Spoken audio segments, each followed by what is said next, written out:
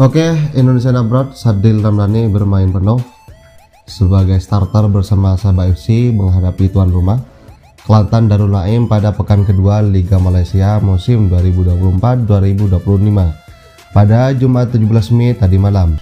Dari NOS berhasil menang atas Kelantan. Sadil Ramdhani sempat catat asis untuk gol yang dicetak oleh Jafri Firdaus pada menit ke-87.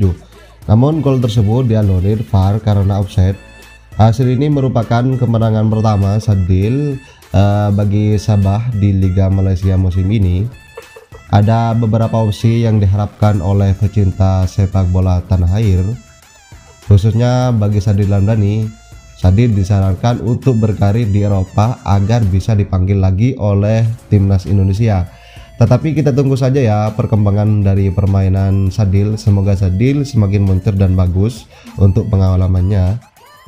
Kemudian masalah Elkan Bagot sampai kini belum usai di kalangan netizen setelah tak masuk dalam rilis 22 pemain timnas Indonesia.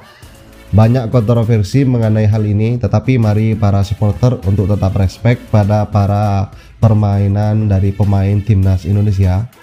Selain itu, Martin Paes dan Calvin Vendong serta Jen Reven terus digenjot PSSI untuk segera pindah federasi dan bersumpah untuk Indonesia. Khusus Paes, perlu diketahui Paes memang belum bisa memperkuat timnas Indonesia meski sudah resmi menjadi WNI. Masalahnya pun bukan dalam proses perpindahan federasi ya, dari Belanda ke Indonesia. Meski PSSI tak memberitahukan secara pasti apa proses yang harus dilewati Paes untuk bisa memperkuat timnas Indonesia, kemungkinan besar itu adalah Pengadilan Arbitrase Olahraga (PAS). Seperti kita ketahui ya, sebelumnya ada aturan FIFA yang sempat menghambat proses naturalisasi PAS. Dan kita ketahui pula ya, PAS adalah dari beberapa nama pemain naturalisasi Indonesia yang begitu tidak sabar untuk segera berseragam timnas Indonesia. Lebih-lebih untuk laga terdekat yaitu melawan Irak dan Filipina nanti. PAS di sini sangat tidak sabar ya. Dalam postingannya Martin Paes di Instagram Stories eksklusifnya yang berlangganan pada Jumat 17 Mei kemarin, dia mengungkapkan rasa keinginan yang sangat luar biasa, yang sangat besar untuk timnas Indonesia. Dia mengatakan bahwasanya sayangnya bulan Juni akan segera tiba. Saya akan selalu melakukan segala daya agar dapat bermain untuk Garuda secepatnya. Kita doakan semoga Paes di sini bisa segera bergabung dan prosesnya segera terselesaikan ya. Dengan berkat genjotan dari PSSI di bawah ketum PSSI Pak Erick Thohir ya. Dan di sini ya bagi para supporter timnas Indonesia, selanjutnya untuk laga terdekat bagi timnas senior, Sintayong full senyum, timnas Indonesia dapat kabar baik jelang partai final grup F kualifikasi Piala Dunia zona Asia kontra Filipina lantaran ada 3 pemain abroad yang menolak panggilan Daskal tersebut. Timnas Filipina, skuad Garuda dijadwalkan akan melakoni 2 laga pamungkas menghadapi Irak dan Filipina di Stadion Utama Gelora Bung Karno demi memastikan satu tiket lolos ke putaran ketiga. 2 laga itu direncanakan akan digelar pada 6 Juni termasuk pertandingan kontra Filipina yang jatuh pada 11 Mei mendatang. Tak seperti timnas Indonesia, menampaknya Filipina di sini kesusahan untuk memanggil para pemain yang berkarir di luar negeri. Filipina mengambil langkah untuk memanggil para pemain abroadnya demi bisa mendapatkan poin maksimal meraih asa di 2 laga sisa kualifikasi Piala Dunia 2026. Namun usaha yang dilakukan skuad Daskal itu tidak semulus timnas Indonesia. Tercatat hingga saat ini ada 3 pemain abroad yang menolak pemanggilan untuk berseragam Filipina. Adalah Rafael Obermeier, John Patrick Straub, dan Gerrit Holman yang dikabarkan menolak pemanggilan dari pelatih Tom Saintfiet di timnas Filipina.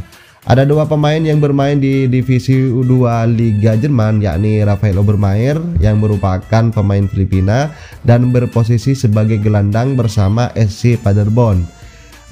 Dan ada John Patrick Straub saat ini bermain bersama Hansa Rostock sebagai bek kanan.